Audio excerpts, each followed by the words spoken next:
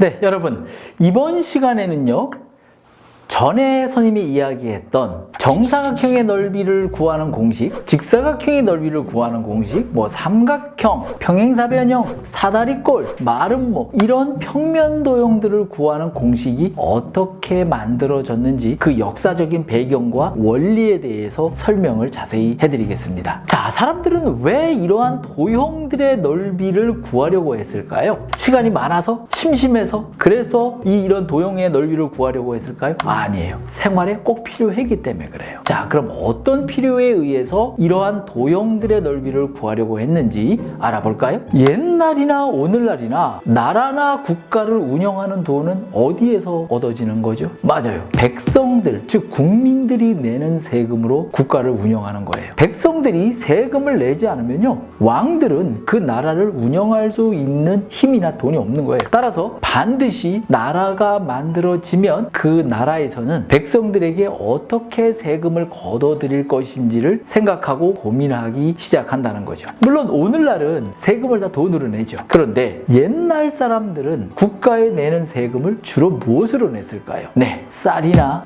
밀가루나 옥수수나 이와 같은 곡식으로 세금을 주로 냈을 거예요. 왜? 옛날에는 대부분의 백성들이 농사를 짓는 농부들이었다라는 거죠. 물론 물고기를 잡는 어부들도 있었을 거예요. 어부들은 자기가 잡은 물고기로 세금을 바쳤겠죠. 그런데 옛날에는 대부분의 백성들이 농사를 짓는 농부들이었기 때문에 곡식으로 세금을 냈을 거예요. 그렇다면 국민들이 곡식으로 세금을 낸다면 국가에서는 당연히 무엇에 관심을 갖게 될까요? 맞아요. 백성들이 수확하는 곡식의 양이 얼마나 되느냐를 가지고 세금을 정할 거예요. 예를 들어서 100가마니를 생산한 농부에게는 어때요? 10가마니를 내라. 예를 들어서 그러면 200가마니를 생산한 농부에게는 어때요? 20가마니를 내라. 이렇게 그 농부가 그 백성이 수확하는 곡식의 양에 정비례해서 세금을 매기고 걷어들였을 거예요. 그렇다면 사람에 따라 그 수확량이 많고 적음은 무엇에 의해서 결정되죠? 네, 땅의 넓이에요. 농사 짓는 땅이 넓냐 넓지 않냐에 따라서, 즉 땅의 넓이의 크기에 따라서 어때요? 그 사람이 수확하는 양이 결정된다고 보는 거죠. 그렇다면 국가에서는 당연히 무엇에 관심을 갖기 시작을 할까요? 맞아요. 땅의 넓이를 정확하게 측정하는 거에 관심을 가질 거예요. 그래서 도형을 연구하는 학문인 기하학을 영어로 뭐라고 얘기했냐면 geometry라고 해요. 그런데 이 어원을 보면 geo는 토지라는 뜻이에요. 땅이라는 얘기예요. geo는. 그 다음에 metry는 뭐예요? 측정하다, 미터 이런 뜻으로 측정하다는 뜻이에요. 따라서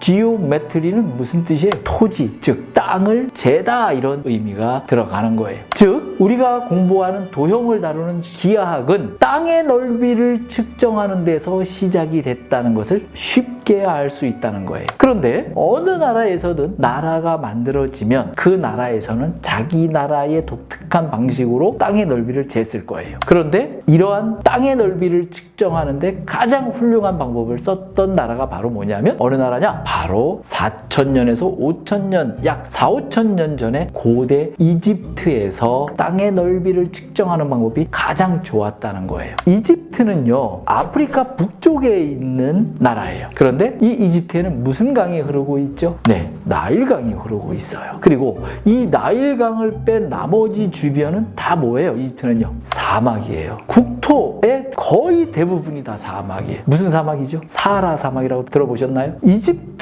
국토의 몇 퍼센트가 사막이냐? 약 80%가 사막이에요. 그래서 이집트 사람들은 나일강 주변에 모여서 살 수밖에 없어요. 왜? 나일강 주변에서 물을 얻을 수 있기 때문에 그래요. 그리고 나일강 주변에서만 농사를 지을 수 있는 땅이 허락이 되는 거예요. 나머지는 다 사막이에요. 그래서 이집트의 왕인 파라오는 농사 지을 수 있는 땅이 너무 적기 때문에 개인이 이 농사 지을 수 있는 땅을 소유하거나 또는 자기네들끼리 사고 팔 수 없도록 법으로 정했어요. 그리고 어떻게 했습니까? 농사 지을 수 있는 모든 땅은 국가 소유예요. 왕의 것이에요. 그럼 왕 혼자서 농사를 다 지을 거예요? 아니에요. 농사 지을 수 없기 때문에 어때요? 백성들에게 땅을 빌려줍니다. 1년 단위로 땅을 빌려줘요.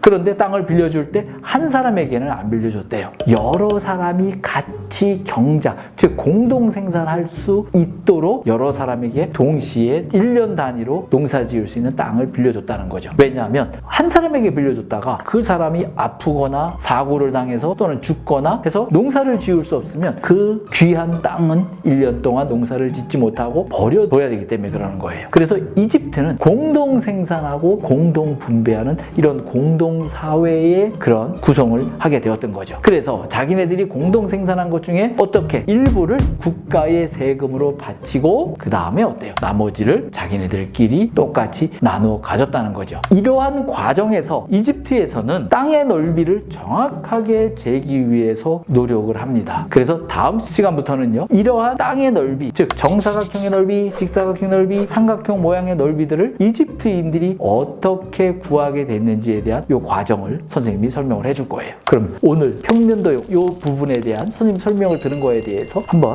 여러분들이 얼마나 기억을 하는지 문제를 한번 풀어보도록 하겠습니다. 다음 설명 중 옳으면 0표, 틀리면 X표 하시오. 문제 1번. 이집트를 비롯한 고대 국가에서는 세금을 주로 곡식으로 거두었다. 맞습니다. 두 번째, 토지의 넓이를 알아야만 그곳에서 거둘 수 있는 곡식의 양을 계산할 수 있다. 맞았죠? 세 번째, 도형을 연구하는 학문을 우리는 기하학이라고 한다. 맞았어요. 네 번째, 기하학은 토지의 넓이를 측정하기 위해서 만들어진 학문이다. 어때요? 맞았죠. 지오메트리에서 나온 걸로도 우리는 알 수 있는 거죠. 다섯 번째, 고대 이집트에서 처음에는 직사각형과 정사각형의 넓이만을 구할 수 있었다. 맞아요. 이 얘기는 아직 안 해줬는데 다음 시간에 이야기를 할 건데, 이집트에서는 처음에 정사각형의 넓이만을 구할 수 있었어요. 정사각형의 넓이는 한 변의 길이 곱하기 한 변의 길이고, 요걸 이용해서 직사각형의 넓이 구하는 공식인 가로 곱하기 세로도 구할 수 있었던 거예요. 여섯 번째, 국가를 운영하기 위해 국민들에게 받는 돈을 세금이라고 한다. 맞았죠. 그 다음에 일곱 번째, 국민이 내는 세금의 양은 토지의 넓이에 정비례했다. 맞았어요. 여덟 번째, 지오는 측정을, 메트리는 토지를 뜻한다. 아니라 그래. 지오는 토지를, 메트리는 측정을 뜻한다고 얘기를 했어요. 아홉 번째, 고대 바빌로니아에서도 다각형의 넓이를 구하려고 노력했다. 맞아요. 땅의 넓이를 구하려고 노력을 했어요. 그렇지만 이집트의 방식이 훨씬 좋았다라는 거죠. 우리나라도 마찬가지예요. 우리나라에서도 논의 넓이, 밭의 넓이를 구하려고 노력을 했는데 우리 방식보다는 고대 이집트인들이 했던 이 방식이 훨씬 좋아서 4,000년이 흐른 지금에도 우리는 이것을 공식으로 공부를 하는 거예요. 자, 마지막, 도형에 대한 연구는 고대 이집트에서만 이루어졌다? 아니죠. 세계 각 나라에서 다 이 도형의 연구에 대해서는 했다라는 이야기죠. 자, 여러분들, 사람들이 왜 평면 도형의 넓이를 구하려고 했는지에 대한 이유를 여러분들에게 설명을 했습니다. 다음 시간에는 하나하나 직사각형의 넓이를 구하는 공식, 삼각형의 넓이를 구하는 공식들이 어떻게 해서 만들어졌는지 선생님이 자세히 설명을 해드리겠습니다. 수고했습니다.